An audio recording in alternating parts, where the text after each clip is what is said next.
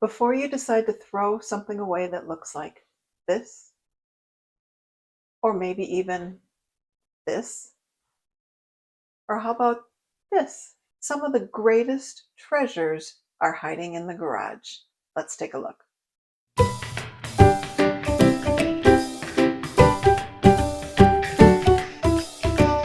So this is the problem with shopping in the garage at estate sales. It isn't that there isn't value to be found, it's just that there are too many things. You could spend hours looking at every screwdriver, every tool, every nail, every fishing pole. So I don't want to give you a list of exactly what to find. I want to share with you what I think when I'm looking through. So I don't ask myself, is this old?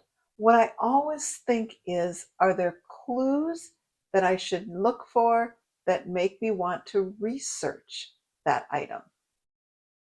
That's what I want to challenge you to do. Let's go through a few things that you may want to look for when you're out.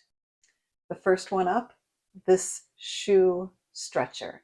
And you may have seen these time and time again. But here's what makes this one valuable. When I see this one, it's weird, it's branded, and it has a specific model. That's the way that it's the most easy to identify those items when there's so many things on the table. When I'm scanning through tables and shelves in a garage, I just look for something that I don't easily recognize what it is. And then I will go over and turn it over, look for the brand, look for the model, and you're able to research right in the garage. Google Lens is your very best friend. Number two, G.I. Joe figures and accessories. Now we're going to go much, much smaller. And you may look at a box of these items and think, well, that's not worth anything. If you see a tiny backpack, a wheel, a gun, a helmet, that may be part of a larger collection. It should make you stop and think, what is this for? Who makes this? Those individual little pieces may not look like anything, may be very nondescript. That's why I look in the tins, in the boxes, on the shelves, in the baskets. You never know what treasures are hiding right in plain sight in the garage. The third item, a drawer pull. One single drawer pull. That's why replacement parts are such a hidden gem. People aren't just looking for a drawer pull, they're looking for this specific brand and model of drawer pull. Look in those baskets, look in those drawers, pick up those pieces that have value.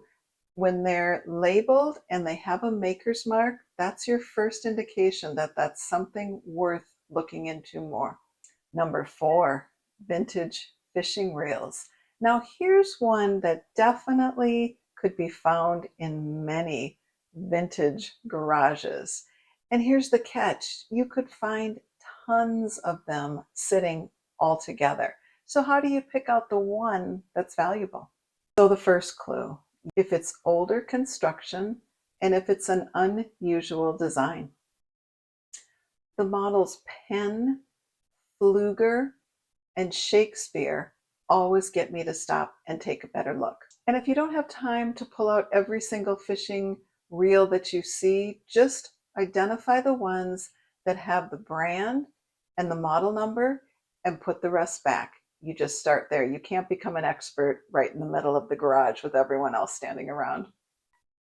Number five, machinist's tools. This is something you may not even know what it is, but now that I tell you about them, you'll keep your eye open for them. These are tiny metal tools that have a significant value to them. These were used by machinists and tool makers and people that needed exact, precise measurements. So you may just pass this by, but take a look for these very tiny little tools. Now here's an interesting one you may not ever have heard of. This is a stencil maker. Now before photocopiers were everywhere, this stencil maker would help design pamphlets and brochures, things that you need multiple copies of. So this one is quite a bit of a one-off, but you never know what you may find in someone's garage.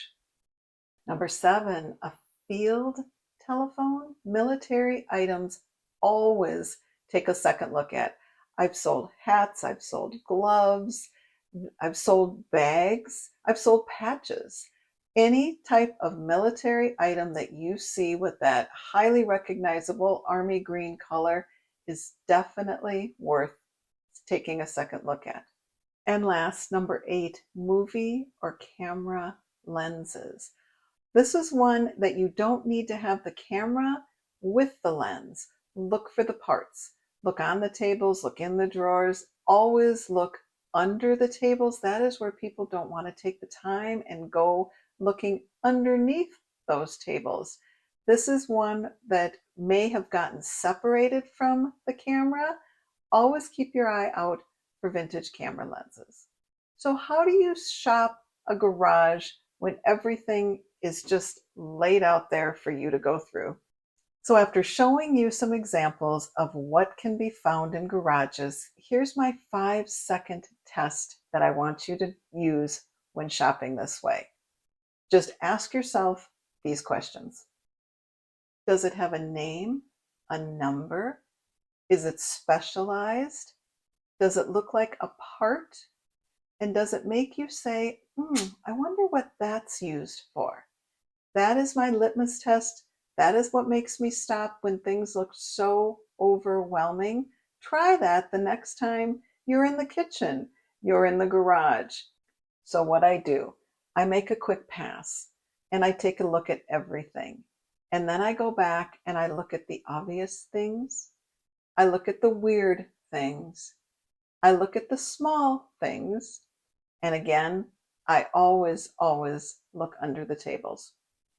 And don't forget, your telephone is your absolute secret weapon while you're shopping this way.